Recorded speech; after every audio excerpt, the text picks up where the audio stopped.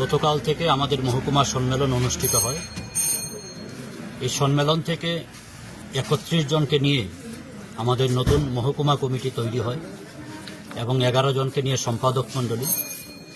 এই কমিটি আমাকে সম্পাদক হিসাবে দায়িত্ব দিয়েছেন এবং আপনারা জানেন যে আমাদের পার্টির এখন নিয়ম যে একজন সম্পাদক হিসাবে ৩টা টার্ম হতে পারবেন। স্বাভাবিকভাবেই আমাদের যিনি বিদায়ী সম্পাদক ছিলেন পদ্মকুমার দেববর্মা, তিনি ২০১৫ সাল থেকে পরপর ৩টা সম্মেলনে সম্পাদক হিসাবে নির্বাচিত হয়েছেন। ফলে এখানে সম্পাদক পরিবর্তন করতে হচ্ছে। এখানে নতুন কমিটি আমাকে সম্পাদকের দায়িত্ব দিয়েছে। যদিও সম্পাদক হিসাবে আমরা আলাদাভাবে কিছু বুঝি না, কারণ বিষয়টা আমরা যৌথ নেতৃত্বে চলবার চেষ্টা করি সব সময়। সেখানে মহকুমা কমিটি সম্পাদক মণ্ডলী রয়েছেন, তাদেরকে সঙ্গে নিয়েই আগামী দিনে আমাদের খোয়াই মহকুমা এলাকায় আমাদের পার্টি এবং আমাদের বিভিন্ন গণসংগঠনগুলিকে শক্তিশালী করে তুলবার জন্য চেষ্টা করি। বিশেষ করে আমরা দেখতে পাই যে বিগত সময় লক্ষ্য করতে পেরেছি বিজেপি জোট সরকার আসার পরে যে ট্রাইবেল এলাকাতে আপনাদের গণভিত্তিটা আস্তে আস্তে দুর্বল হয়ে যাচ্ছে। এর থেকে ওভারকাম করার ক্ষেত্রে আপনাদের কি ভূমিকা থাকবে? এটা ঠিক যে ২০১৮ সাল থেকে এই সময়ের মধ্যে আমাদের উপজাতি অধ্যুষিত এলাকায় আমাদের পার্টি সংগঠন অনেকটা দুর্বল হয়ে পড়েছে এবং এটা শুধু আমাদের খোয়াইয়ের বিষয় না, এটা গোটা রাজ্যেই। ফলে স্বাভাবিকভাবেই বিষয়টা যে খোয়াই থেকেই আমরা একটা প্রস্তুতি নিচ্ছি বিষয়টা এমন না, যে এটা গোটা রাজ্যেই আমাদের আলোচনা চলছে। সামনে আমাদের রাজ্য সম্মেলন, আমাদের জেলা সম্মেলন, এগুলি তো আমরা আলোচনা করব কিভাবে আমরা কাটিয়ে উঠতে পারি। কি ধরনের ভূমিকা নেওয়া যেতে পারে? সবাইকে সঙ্গে নিয়ে কাজ করার চেষ্টা করব। আমাদের পার্টি এবং যে গণসংগঠনগুলি রয়েছে এগুলির ধারাবাহিক কর্মসূচি গ্রহণ করার মধ্য দিয়ে সাধারণ মানুষের আরও কাছাকাছি কিভাবে আমরা যেতে পারি সেইভাবে কাজ করার চেষ্টা করব। Thank you.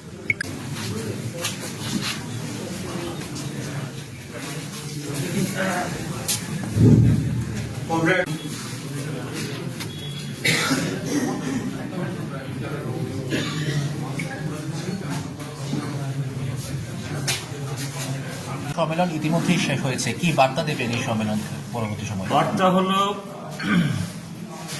ত্রিপুরাতে ২০১৮ ইংরেজিতে মিথ্যা প্রতিশ্রুতির উপর ভর করে যারা ক্ষমতায় বসেছে তাদের সঙ্গে আইপিএফটি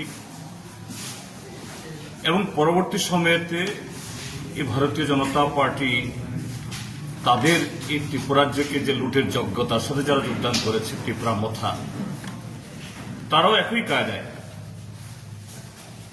মিথ্যা প্রতিশ্রুতি এবং আমাদের ট্রাইবেল অংশের নতুন প্রজন্মকে একটা অলীক স্বপ্ন দেখিয়ে আজকে তাদের সমস্ত চেহারা আজকে ত্রিপুরার জনগণের সাথে ধরা পড়ছে।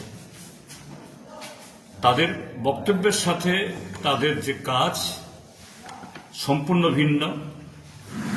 ত্রিপুরাজ্যের জনগণ তাদেরকে আর বিশ্বাস করতে পারছে না এবং ত্রিপুরা মথা এবং ভারতীয় জনতা পার্টি উভয় দলেরই যারা নেতৃত্ব, আমি সবার কথা বলবো না, যারা সাধারণ মানুষ তাদেরকে বিশ্বাস করেছিল, মুষ্টিমেয় নেতৃত্ব আজকে তারা লুটপাটে তারা ব্যস্ত। প্রতিযোগিতা চলছে পঞ্চায়েত থেকে মহাকরণ অবধি, শিক্ষা থেকে স্বাস্থ্য, সমস্ত ক্ষেত্রেতে। কাজেই তারা বুঝতে পারছে তাদের দিন ঘনিয়ে আসছে। সে কারণে সন্ত্রাস, বিভাজন, কোথাও ট্রাইবেল নন ট্রাইবেল, কোথাও হিন্দু মুসলমান, আর কোথাও একেবারে এই যে গুন্ডামি যে শুরু করেছিল সেই গুন্ডামিকে ভর করে। কাজেই তার বিরুদ্ধে এ রাজ্যের জনগণ মুখ খুলতে শুরু করেছে, বিভিন্ন জায়গাতে স্বতঃস্ফূর্তভাবে রাস্তায় নেমে আসছে। তো আজকে আমাদের এই সম্মেলনে আমরা এই বিষয়গুলো আলোচনা করেছি যে গত 6 বছর, 6.5 বছর হয়তো বা আমরা এই জোয়ারের সামনে দাঁড়াতে পারি, কেননা কিছু লোককে এরা এই মিথ্যা প্রলোভন দিয়ে বাইক বাহিনী, সন্ত্রাস বাহিনী তৈরি করে আমাদের যাবতীয় গণতান্ত্রিক কাজে তারা বাধা সৃষ্টি করছিল। আজকে এই বাধা প্রায় শিথিল হয়েছে। এই যে পরিবর্তিত পরিস্থিতি, এটা কাজে লাগাতে হবে। এই খোয়াই শুধু ত্রিপুরাজ্যের মধ্যে 23টা মহকুমার মধ্যে একটা নয়। আমাদের রাজ্যে গণতান্ত্রিক আন্দোলন আমরা মনে করি এই খোয়াই কুমারী মধুতির উপশ্রীর যে রক্ত বিজড়িত খোয়াই, এই খোয়াইয়ে কমরেড দশরথ দেব, বিদ্যাদেব বর্মা, রঞ্জন রায়, নৃপেন চক্রবর্তীরা সারা ত্রিপুরাজ্যে গণতান্ত্রিক আন্দোলনের ভিত গড়ে তুলেছেন।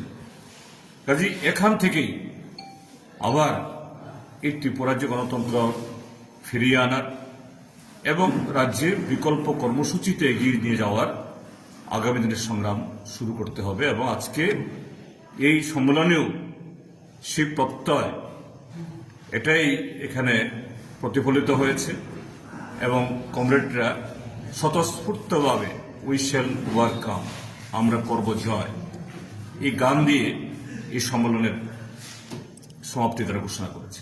Thank you.